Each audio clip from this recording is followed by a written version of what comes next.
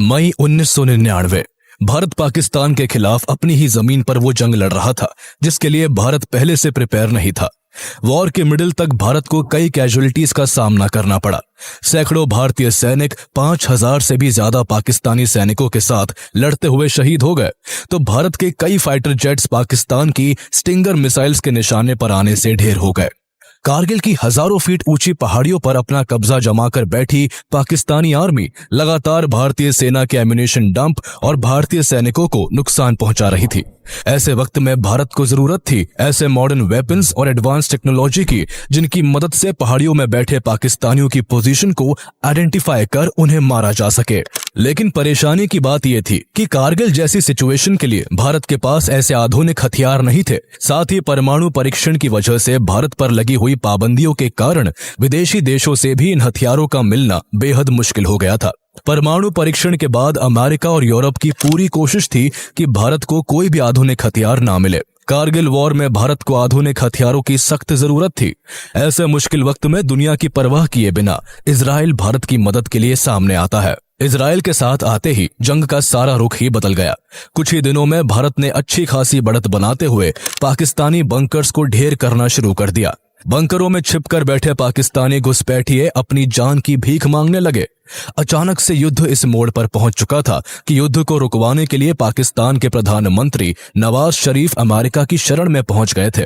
भारत के आगे पाकिस्तान ने घुटने टेक दिए थे। अंत में पाकिस्तानी आर्मी को कारगिल से खदेड़कर भारतीय वीरों ने कारगिल वॉर की जीत भारत माता के नाम तो लिख दी, लेकिन सवाल यह आता है कि अमेरिका की दोस्ती को भी ताक पर रखकर इजराइल भारत की मदद के लिए तैयार क्यों हुआ था। ये सब जानने से पहले आपको कारगिल वॉर समझना जरूरी है। 1971 के इंडो पाक वॉर में भारत से करारी हार मिलने के बाद पाकिस्तान बुरी तरह बौखलाया हुआ था। पाकिस्तान हर कीमत पर अपनी इस हार के लिए भारत से बदला लेना चाहता था। लेकिन तभी कुछ साल बाद 1984 में एक बार फिर पाकिस्तान को भारत के सामने सियाचिन वॉर में मुंह की खानी पड़ी। लगातार हार की आग में जलते पाकिस्तानी फौजी परवेज मुशर्रफ को एक और हार बर्दाश्त कर पाना मुश्किल हो रहा था। अब मुशर्रफ भारत से बदला लेने के लिए बेचैन था और उसने ठान लिया था कि जिस दिन उसके हाथ में पाकिस्तान की पावर आई उस दिन सबसे पहला वार वो भारत पर करेगा। तभी 1998 में परवेज मुशर्रफ के किस्मत के तारे चमके और इन्हें पाकिस्तानी आर्मी का चीफ बना दिया गया। आर्मी चीफ बनते ही मुशर्रफ को भारत पर घाव करने का रास्ता साफ साफ नजर आने लगा। इसलिए अपने मंसूबों को पूरा करने के लिए मुशर्रफ ने भारत के खिलाफ ऑपरेशन बद्र को लॉन्च कर दिया। इस ऑपरेशन के तहत पाकिस्तानी आर्मी LOC को क्रॉस कर भारत की सीमा के अंदर दाखिल हो गई और कारगिल के पहाड़ी क्षेत्रों में घुसपैठ करना शुरू कर दिया। इस घुसपैठ के पीछे पाकिस्तान का मकसद कारगिल वैली से गुजरने वाले नेशनल हाईवे 1A पर कंट्रोल स्टैब्लिश कर कश्मीर और लद्दाख के बीच के कनेक्शन को कट ऑफ करना था। दरअसल NH1A जो अब NH1 का हिस्सा है, श्रीनगर और लद्दाख को तो जोड़ता ही है, साथ ही ये सियाचिन के लिए एक स्ट्रेटेजिक रूट भी है। पाकिस्तान का प्लान NH1A पर कब्जा कर भारत से लद्दाख को पार्शियली और सियाचिन को कंप्लीटली कट ऑफ करने का था। अल्टीमेटली ऐसा करके पाकिस्तान भारत से कश्मीर को हड़पना चाहता था, लेकिन इनका ये प्लान ताशी नामग्याल की वजह से बर्बाद हो गया। पाकिस्तानी सेना के घुसपैठ पर सबसे पहले कारगिल के बटालिक टाउन के एक लोकल शेपर्ड ताशी नामग्याल की नजर पड़ी। वो अपनी खोई हुई याक को तलाश रहे थे कि तभी उन्होंने पठानी ड्रेस पहने कुछ लोगों को भारत के इलाके में बंकर बनाते हुए देखा, जिनके पास बंदूक और ग्रेनेड्स जैसे तमाम हथियार भी थे। ताशी को उनके ऊपर शक हुआ, इसलिए उन्होंने फौरन इंडियन आर्मी के नियरेस्ट पोस्ट को सारी जानकारी दे दी। इस तरह पहली बार 3 मई 1999 को इंडियन आर्मी को कारगिल में इन्फिल्ट्रेशन के बारे में पता चला।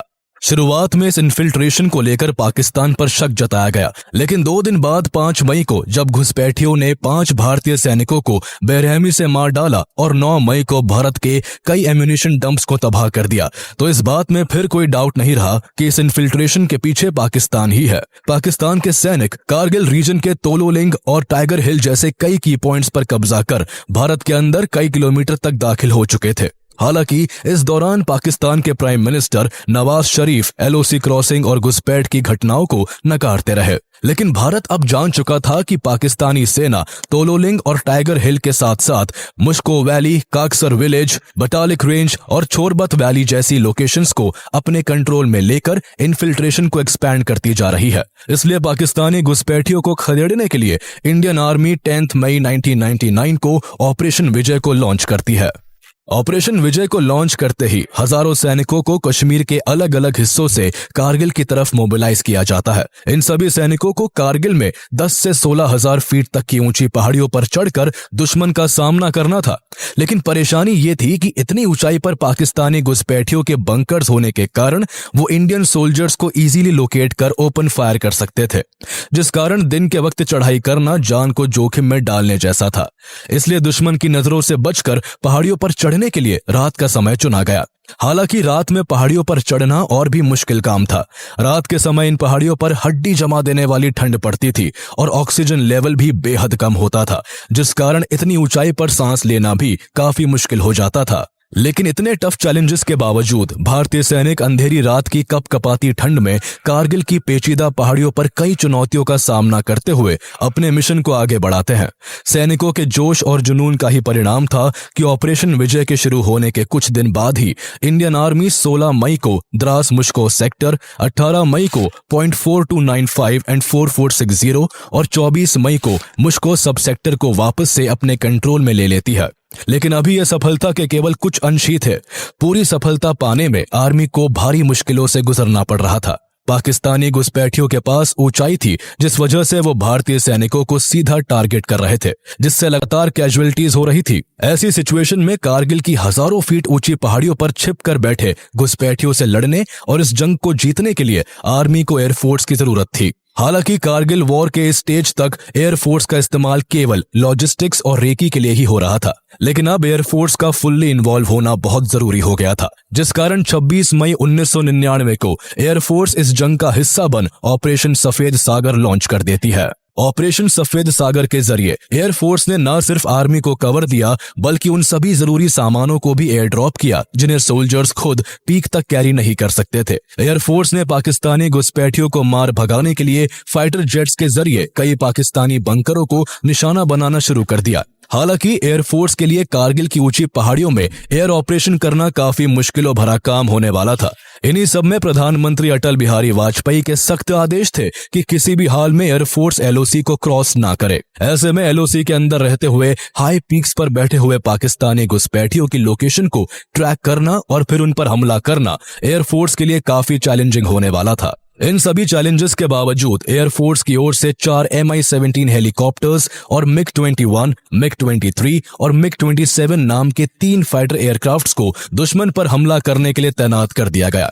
एक और जहां MI-17 हेलीकॉप्टर से रॉकेट दागे जा रहे थे, तो वही 3 फाइटर जेट्स का स्क्वाड्रन भी दुश्मन पर बुरी तरह कहर बरसा रहा था, जिस कारण पाकिस्तानियों के कई ठिकाने चकनाचूर हो गए और कई पाकिस्तानी सैनिक मारे गए। सब कुछ प्लान के मुताबिक चल रहा था कि अचानक से 80 मिलीमीटर के रॉकेट्स को दागते हुए MiG-27 फाइटर जेट के इंजन में गड़बड़ी आ गई, जिसके चलते एयरक्राफ्ट की स्पीड तेजी से कम होने लगी। क्रैश होने के खतरे को भांपते हुए MiG-27 में सवार लेफ्टिनेंट कंभम पति नचिकेता ने पहले MiG-21 में बैठे स्क्वाड्रन लीडर अजय आहूजा को जानकारी दी और फिर विमान से इजेक्ट कर दिया। नचिकेता के बारे में इंफॉर्मेशन मिलते ही स्क्वाड्रन लीडर अजय आहूजा ने अपना विमान उस दिशा में मोड़ दिया जिस तरफ लेफ्टिनेंट नचिकेता का एयरक्राफ्ट फ्लाई कर रहा था। ऐसा करने से नचिकेता की लोकेशन का पता लगाकर उन्हें बचाया जा सकता था। हालांकि पहाड़ी इलाका होने की वजह से नचिकेता की एग्जैक्ट लोकेशन का पता लगाना आसान नहीं था, लेकिन फिर भी अजय आहूजा ने हार नहीं मानी और नचिकेता को ढूंढते हुए एलओसी के काफी नजदीक पहुंच गए। पर यहां पहुंचकर आहूजा को एहसास हुआ कि उनके विमान के पिछले हिस्से से कोई मिसाइल टकरा गई है। दरअसल ये स्टिंगर मिसाइल थी, जिसे पाकिस्तान की तरफ से अजय आहूजा के MiG-21 को निशाना बनाने के लिए दागा गया था। मिसाइल टकराने के बाद अजय आहूजा अपने जेट से सुरक्षित निकलने में कामयाब हो गए और वो एलओसी के पास भारत की सीमा के अंदर सुरक्षित उतरने में सफल हो गए, लेकिन उनका जेट एलओसी के दूसरे तरफ जा गिरा था। पाकिस्तानी सेना ने स्क्वाड्रन लीडर अजय आहूजा को भारतीय सीमा में घुसकर पहले कैप्चर किया और फिर उन्हें बड़ी बेदर्दी से मार डाला। एक तरफ अजय आहूजा पाकिस्तानी सेना का निशाना बन चुके थे, तो वही लेफ्टिनेंट नचिकेता विमान से इजेक्ट करते समय पाकिस्तान के इलाके में लैंड कर गए थे, जहां पाकिस्तान आर्मी ने उन्हें इमीडिएटली कैप्चर कर लिया था। पाकिस्तान द्वारा स्क्वाड्रन लीडर अजय आहूजा की हत्या करना और लेफ्टिनेंट नचिकेता का कैप्चर होना एयरफोर्स के लिए एक बड़ा झटका था। हालांकि इंटरनेशनल प्रेशर के चलते 3 जून को पाकिस्तान द्वारा नचिकेता को वापस भारत भेज दिया गया, लेकिन इंडियन एयरफोर्स को ऑपरेशन सफेद सागर की शुरुआत के 3 दिनों में ही एक के बाद एक कई नाकामियों का सामना करना पड़ रहा था। 3 दिन के अंदर ही पाकिस्तान आर्मी ने स्टिंगर मिसाइल्स के जरिए भारत के कई फाइटर जेट्स और कई हेलीकॉप्टर्स को मार गिराया था। एक तरफ इंडियन आर्मी कारगिल की ऊंचाई जैसी मुश्किलों से जूझ रही थी, तो वहीं अब एयरफोर्स को भी काफी प्रॉब्लम्स का सामना करना पड़ रहा था।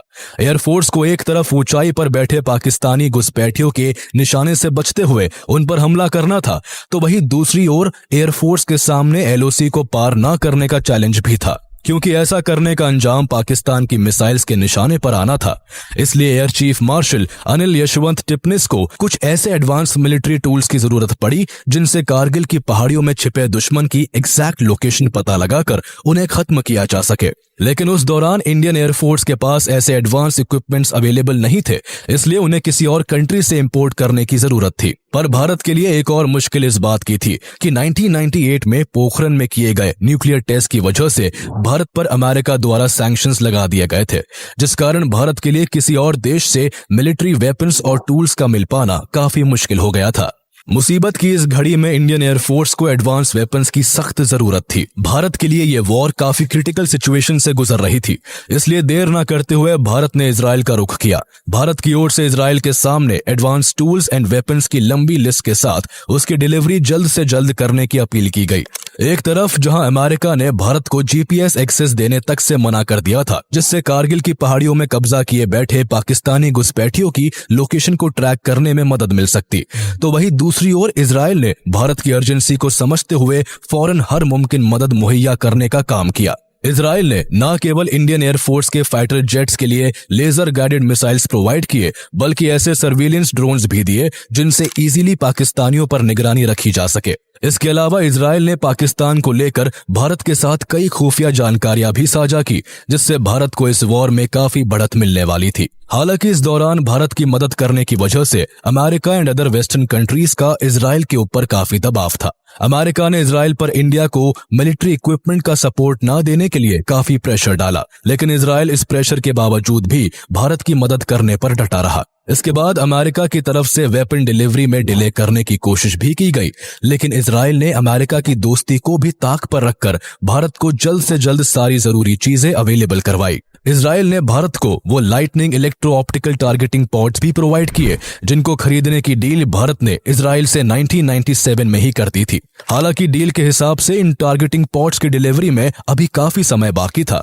लेकिन कारगिल वॉर की सिचुएशन को समझते हुए इजराइल ने डिलीवरी डेट से पहले ही इन्हें भारत को डिलीवर कर दिया। इन लाइटनिंग टारगेटिंग पॉड्स की खासियत थी कि इनमें एडवांस प्रिसीजन टारगेटिंग सिस्टम होने के कारण इंफ्रारेड रेडिएशन की हेल्प से बहुत दूर से ही किसी भी टारगेट को आइडेंटिफाई और लोकेट किया जा सकता था। साथ ही इन पॉड्स में एक हाई रेंज कैमरा भी मौजूद था, जिसकी मदद से पायलट किसी भी टारगेट की पिक्चर को हाई रेजोल्यूशन में कैप्चर कर सकता था। इजराइल की तरफ से दिए गए ये टारगेटिंग पॉड्स इंडियन एयरफोर्स के लिए काफी मददगार साबित होने वाले थे। लेकिन प्रॉब्लम अब ये थी कि इन आधुनिक हथियारों में इंडियन एयरफोर्स को उस वक्त इतनी एक्सपर्टीज नहीं थी कि वो टारगेटिंग पॉड्स और बाकी एडवांस टूल्स को इस्तेमाल कर सके। भारत के इस उलझन को भी दूर करने के लिए इजराइल ने मदद का एक और कदम बढ़ाया और अपने टेक्निकल इंजीनियर्स को भारत भेज दिया, जिस कारण एयरफोर्स के पायलट्स और टेक्निकल टीम्स को इन सभी वेपन्स के इस्तेमाल के बारे में काफी कुछ सीखने को मिला, जिसका यूज अब कारगिल वॉर में पाकिस्तानी घुसपैठियों के खिलाफ किया जाना था। इजराइल के इंजीनियर्स की हेल्प से टारगेटिंग पॉड्स को मिराज फाइटर जेट्स में इंस्टॉल किया गया, जिससे पहाड़ियों में छिपे बैठे पाकिस्तानियों को अब इजीली टारगेट किया जा सकता था। लेकिन अब एयरफोर्स को यह डिसाइड करना था कि टारगेट आइडेंटिफाई होने के बाद किन बॉम्ब्स की मदद से टारगेट पर अटैक किया जाए। दरअसल उस समय भारत के पास केवल 60 लेजर गाइडेड बॉम्ब्स ही मौजूद थे, जिनका इस्तेमाल टारगेटिंग पॉड्स के साथ फाइटर जेट्स में किया जा सकता था। लेजर गाइडेड होने के कारण ये बॉम्ब्स ज्यादा इफेक्टिव थे, लेकिन इन बॉम्ब्स की शॉर्टेज होने की वजह से एयरफोर्स इनका कम से कम इस्तेमाल करना चाहती थी, ताकि युद्ध के ज्यादा लंबा खिंचने पर भारत की तैयारी पर असर ना पड़ सके। हालांकि इन बॉम्ब्स की तादाद को बढ़ाने के लिए भारत ने यूएस से कुछ साल पहले ही पेववे लेजर गाइडेड बॉम्ब्स को खरीदने की डील भी की थी, लेकिन भारत पर सैंक्शंस लगने की वजह से यूएस ने कोई भी सप्लाई करने से साफ इनकार कर दिया था। ऐसी क्रिटिकल सिचुएशन में इंडियन एयरफोर्स ने काफी समझदारी से काम लिया और मिराज फाइटर जेट्स में टारगेटिंग पॉड्स के साथ 1000 पाउंड के डम बॉम्ब्स को इंस्टॉल किया। दरअसल लेजर गाइडेड बॉम्ब्स की कमी को पूरा करने के लिए ये एक तरह से एक्सपेरिमेंट ही था, जिसका पहले कभी भी टेस्ट नहीं किया गया था। इसलिए जुगाड़ या तो किफायती और असरदार साबित हो सकता था, या फिर ये एक्सपेरिमेंट पूरी तरह से फेल भी हो सकता था। लेकिन सिचुएशन को ध्यान में रखते हुए एयरफोर्स ने एक बड़ा रिस्क लिया और डम बॉम्ब्स को फाइटर जेट्स में अटैच कर दुश्मन पर हमला करने का प्लान बनाया। मिराज फाइटर जेट्स अब आसमान में थे और दुश्मन को घेर कर मारने के लिए पूरी तरह तैयार थे। इजराइल के टारगेटिंग पॉड्स की मदद से पायलट्स को पाकिस्तानियों की एग्जैक्ट लोकेशन का पता चल रहा था। साथ ही उस जगह की क्लियर इमेज भी पायलट्स के कॉकपिट में मिल रही थी। इस तरह टारगेट क्लियर होने के बाद फाइटर जेट्स इजीली पाकिस्तानियों पर अटैक कर पा रहे थे। एयरफोर्स का यह फॉर्मूला कामयाब हो चुका था। एक एक कर कई पाकिस्तानी बंकर्स तबाह हो रहे थे। जिन जगहों पर डम बॉम्ब्स कारगर साबित नहीं हो रहे थे, वहां लेजर गाइडेड बॉम्ब्स का इस्तेमाल किया गया। एयरफोर्स के इस एयर ऑपरेशन को बड़ी कामयाबी तब हासिल हुई जब 24 जून को मिराज 2000 फाइटर जेट ने 16,000 फीट ऊंचे टाइगर हिल पर बने पाकिस्तानियों के बंकर पर लेजर गाइडेड बॉम्ब से हमला किया। यह पहली बार था जब एयरफोर्स ने लेजर गाइडेड बॉम्ब का इस्तेमाल किया था। मिराज 2000 में बैठे एयर मार्शल रघुनाथ नाम्बियार की तरफ से इसे दागा गया था, जिनके हमले से टाइगर हिल में बना पाकिस्तानियों का बंकर कुछ सेकंड्स में ही पूरी तरह तबाह हो गया था। कई पाकिस्तानी तुरंत ढेर हो चुके थे तो कुछ बुरी तरह जख्मी थे। इसके बाद का बचा हुआ काम इंडियन आर्मी ने कर दिया। 4 जुलाई को 192 माउंटेन ब्रिगेड के 18 ग्रेनेडियर्स ने टाइगर हिल की ऊंची पहाड़ियों पर चढ़कर दुश्मनों पर फायरिंग करना शुरू कर दिया। एयर अटैक से पहले ही बुरी तरह घायल हो चुके पाकिस्तानी सैनिक भारतीय सिपाहियों के आगे ज्यादा देर तक टिक नहीं पाए, जिस कारण एक एक कर टाइगर हिल पर सारे पाकिस्तानी मारे गए। 18 ग्रेनेडियर्स की यूनिट ने बहादुरी का परिचय देते हुए टाइगर हिल को वापस से जीत लिया था। इस दौरान सबसे वीरता का काम 19 साल के योगेंद्र सिंह यादव ने किया, जिन्होंने 15 गोलियां खाने और खून से लथपथ होने के बाद भी दुश्मन के छक्के छुड़ा दिए। इस बहादुरी के लिए इन्हें परमवीर चक्र से नवाजा गया। टाइगर हिल को वापस से अपने कंट्रोल में लेना भारत की बड़ी जीत थी। इसी दौरान कारगिल वॉर को लेकर इंटरनेशनल लेवल पर भारत की ओर से पाकिस्तान के खिलाफ कई कदम उठाए जा रहे थे।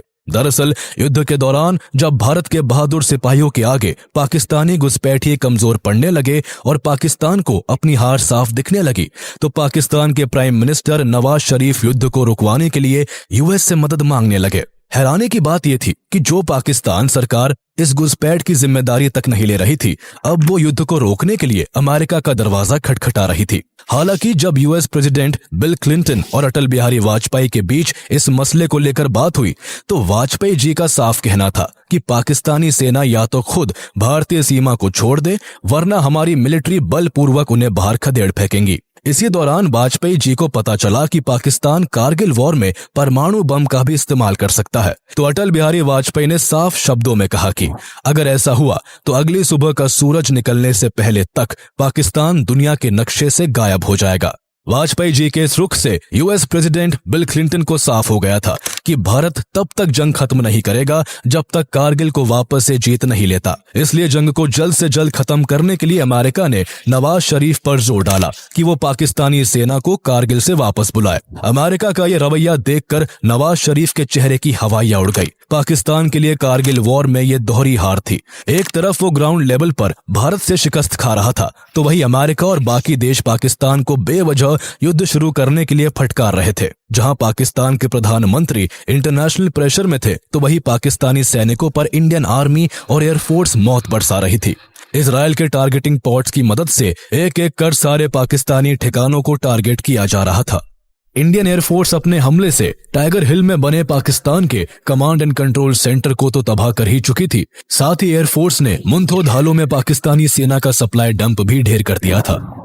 इन हमलों से पाकिस्तान सेना की कमर टूट चुकी थी। ना उनके पास छुपने के लिए बंकर बचे थे, ना ही लड़ने और जिंदा रहने के लिए कोई सप्लाई लाइन। कारगिल पर कब्जा कर भारत से कश्मीर को हड़पने का मंसूबा पाले पाकिस्तानियों के हौसले अब पस्त हो चुके थे। इसलिए हार और दबाव के चलते पाकिस्तानी सेना को कारगिल से पीछे हटना पड़ा। पाकिस्तानी ट्रूप्स एलओसी को पार कर वापस पाकिस्तान जा सके, इसलिए भारत की तरफ से 12 जुलाई 1999 को एयरफोर्स का ऑपरेशन सफेद सागर रोक दिया गया। लेकिन जब कुछ पाकिस्तानी सैनिकों ने चालाकी दिखाते हुए घुसपैठ जारी रखी और भारतीय सैनिकों पर हमला किया, तो उन्हें फिर से उन्हीं की भाषा में समझाया गया, जिस कारण 26 जुलाई तक एक एक पाकिस्तानी कारगिल को छोड़कर जाने के लिए मजबूर हो गया था। इसी वजह से 26 जुलाई 1999 को भारत की जीत के साथ कारगिल कारगिल वॉर ऑफिशियली खत्म हो गया। इसलिए हर साल इस दिन को कारगिल विजय दिवस के रूप में मनाया जाता है।